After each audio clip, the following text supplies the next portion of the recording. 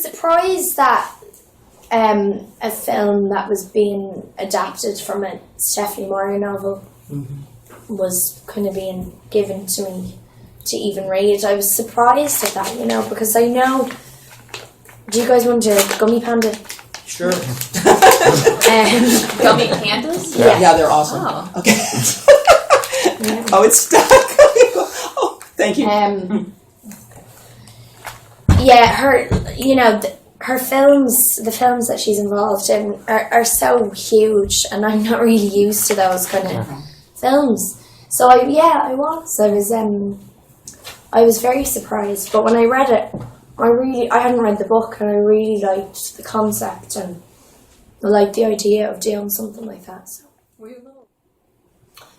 It was something that I was worried. I wasn't worried about it, but it was a big question on my mind after I had read the script. Was how are we really going to make this work, and technically how is it going to work? Because at the time, it wasn't necessarily the case that we were going to use an earpiece or anything like that. But it worked very well from the off. We did Melanie's VO before we started shooting, and that was good for me, I think, to play Melanie, because VO was great anyway for just understanding the character. Sorry, my voice is completely gone. I have a bit of a cold.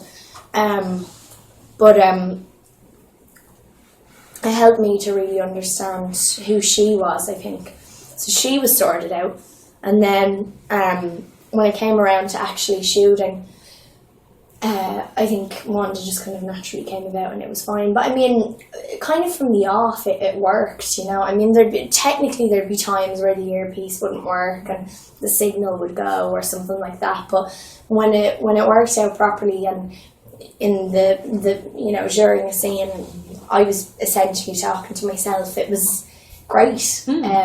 And pre-record all of Wanda was pre-recorded by all of Melanie. Oh, it's okay. Melanie and Wanda. It was all pre-recorded.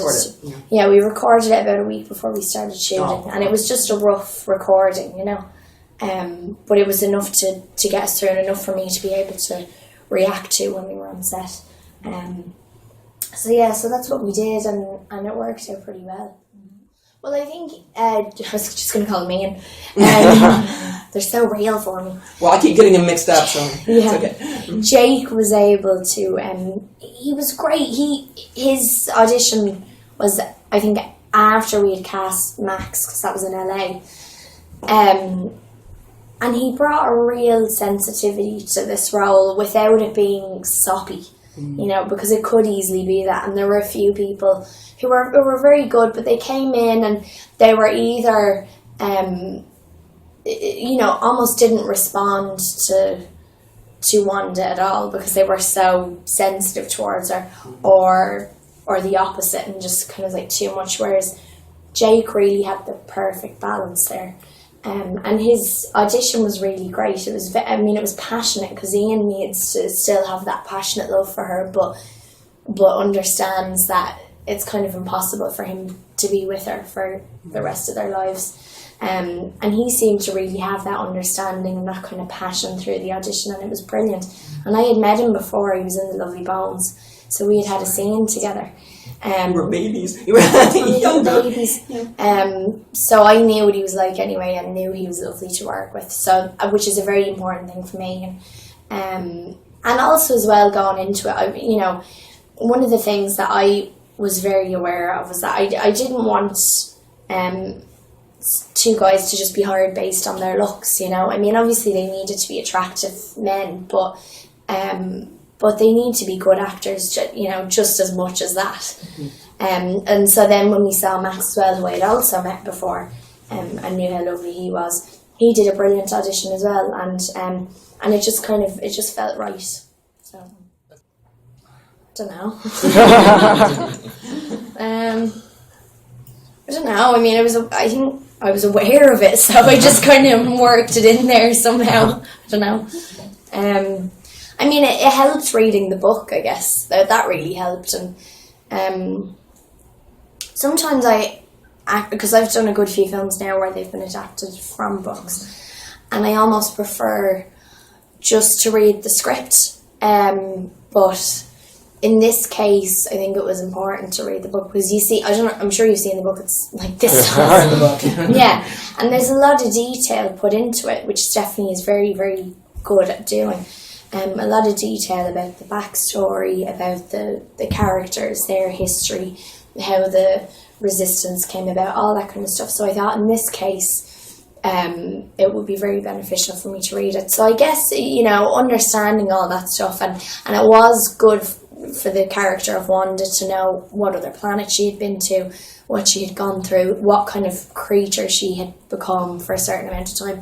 That all, it was something that I read and I put it in the back of my head and then got on with it. So. I don't know. I don't know. I mean, I think I was aware of it, so I just kind of worked it in there somehow. I don't know. I mean, it helped reading the book, I guess. That really helped. And sometimes because I've done a good few films now where they've been adapted from books, and I almost prefer just to read the script. But in this case, I think it was important to read the book because you see, I'm sure you've seen the book. It's like this. Yeah, and there's a lot of detail put into it, which Stephanie is very, very good at doing. A lot of detail about the backstory, about the characters, their history, how the resistance came about, all that kind of stuff. So I thought in this case, it would be very beneficial for me to read it. So I guess, understanding all that stuff, and it was good for the character of Wanda to know what other planet she had been to, what she had gone through, what kind of creature she had become for a certain amount of time. That all, it was something that I read and I put it in the back of my head and then got on with it. So. Well, I had to. I mean, it was hard to do it. So yeah. No, I mean, I was fine doing it. I've done romantic scenes before, never as much as the host or anything like that. But I mean, the good thing, you didn't want it to. Obviously, it's a romantic story, but you don't want it to completely take over the whole story. Mm-hmm. So as long as it didn't do that, it was fine, And yeah, I was fine doing it. I mean, I'm very comfortable with the guys. As I said, I'd met them before. We did rehearsals together. Yeah, it really does help. We had met we had rehearsed for a couple of weeks before we started shooting. And that made a big difference as well, I think. But yeah, just kind of being comfortable with each other and also being able to have a laugh. That makes such a big difference when you're doing those kind of scenes too. Because I find an awful lot of the time, if it's too intense the whole way through, it's like, I can't take it. But if you're able to have a laugh, it's great. So your dad was okay with it then? Yeah, well, you weren't really there. No, I was fine, yeah. You're able. really? I think so, yeah. I mean, no one really got up to many pranks. I don't know how often that actually happens on set, because everyone always asks. I think if it's like Will Ferrell or something, then probably. Or Clooney, yeah. But yeah, Jake did a little bit. Like, we found out that Max is afraid of moths and butterflies. So did you put it in the trash can? He said.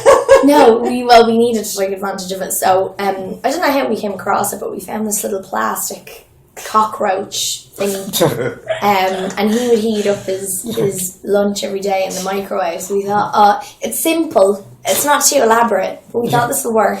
So we put it in the microwave, and then he went in for lunch, came running out of his trailer. We were watching him, came running out of his trailer, and still hadn't figured out that it wasn't real. But I'm terrible with pranks because my dad plays a lot, not pranks but jokes on my mum.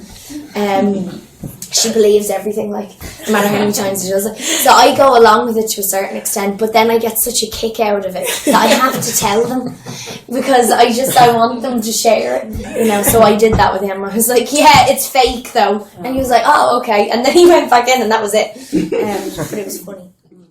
I'm wrapped. They were still shooting. Okay. So everyone was kind of in and out on it. And I loved it. I mean, you're on for a day and then you're off for a week and then you're on for a day, but when you are on set, it's so wonderful, and it's just you're literally stepping into his world. Everything is so Wes Anderson. The sets are so beautiful, and there's such attention to detail.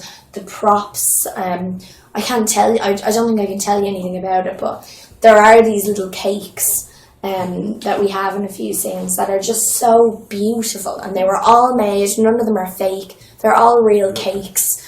There's just things like that he just really cares about, and it makes such a big difference to the look of the film. And it's a real family, you know. I mean, there's so many people there who have worked with him before. So you're coming down to have dinner with them every night, and it's like Tilda Swinton and Harvey Keitel and Bill and people like that. What time? I'm wrapped. They're still shooting. Okay. So everyone was kind of in and out on it, and I loved it. I mean, you're on for a day and then you're off for a week and then you're on for a day, but when you are on set, it's so wonderful, and it's just you're literally stepping into his world. Everything is so Wes Anderson. The sets are so beautiful, and there's such attention to detail. The props, I can't tell you. I don't think I can tell you anything about it, but there are these little cakes that we have in a few scenes that are just so beautiful, and they were all made. None of them are fake. They're all real cakes. There's just things like that he just really cares about, and it makes such a big difference to the look of the film. And it's a real family, you know. I mean, there's so many people there who have worked with him before. So you're coming down to have dinner with them every night, and it's like Tilda Swinton and Harvey Keitel and Bill and people like that. What time? I'd love to do a musical. Awesome. I'd love to do a musical. What else? So what kind of music are you? I'd like to do a musical and a silent film. And I said that actually before before The Artist came out. I said, I'd really love someone to make a silent film. I'd love to be in a silent film, because I find that, I mean, I love doing scenes where there's great dialogue and stuff like that, but I really do enjoy doing scenes where nobody says anything. I think as an audience member you can get so much out of that. And I mean, with something like Amore, which came out, so much of everything that's brought onto the screen is unsaid. So much of the story is unsaid, and it's just this silent dialogue between these two older people, this married couple who have been through so much together, and you didn't need them to say too much. And I think a lot of the time that is the case in films. Sometimes you don't need that much dialogue. So I'd love to do a film like that. No, I'd be kind of somewhere in the middle. I mean, some of my mates, like my friend Christopher now, I reckon he'd be grand out in the forest. He's got his little penknife, and he's got all these little gadgets that would help him survive. I think I'd be somewhere in between. I think I'd be fine to a certain extent. I'd probably last a couple of weeks and then die. Jen wouldn't find you and you'd die. Yeah, well, if William Hurt was with me, I'd be fine. I'd be fine. I don't know how I'd be on my own though. Well, someone who I've always loved, and I haven't made films like her or anything, but I love that she's directing and stuff now, is Drew Barrymore. I think she's brilliant. Yeah, I was watching Whip It again the other day, and which lovely Bob Yeoman did, who does Wes's films. And she did that, and she did such a great job with it, and she's in it, and she's funny, and she's a great actress. And I remember she made a speech there a couple of years ago for Grey Gardens. I think she got the Globe or something. She said, I've grown up with all these people in this room, and this has been my home for so long. And I could really understand where she was coming from. I mean, she started when she was very young, but at the same time, I've been doing this for about 10 years, and it's really been such a massive, the focus really in my life, for pretty almost every single day. There's something to do with work, and it's fantastic, and I've grown up with that for the last 10 years, and so I really respect someone like her who's just kind of gone with it, and she's really grown with it, and she's still a brilliant actress, and she seems like such a lovely girl as well. So Bands or artists. Beach House. I love First Aid Kit. I love this new singer from England called Jake Bugg. He's about 19. Jake Bugg, B-U-G-G. Oh, Bug. Yeah, the kids will like him. Yeah, I know who that is. Yeah. Yeah, he's really good. First Aid Kit is brilliant though, and the XX is great as well. All that new stuff is good. I like folky stuff. Yeah, I don't know if I'm good at it, but I like it. I'm really awful at it, but I like it. Thank you. Thank you.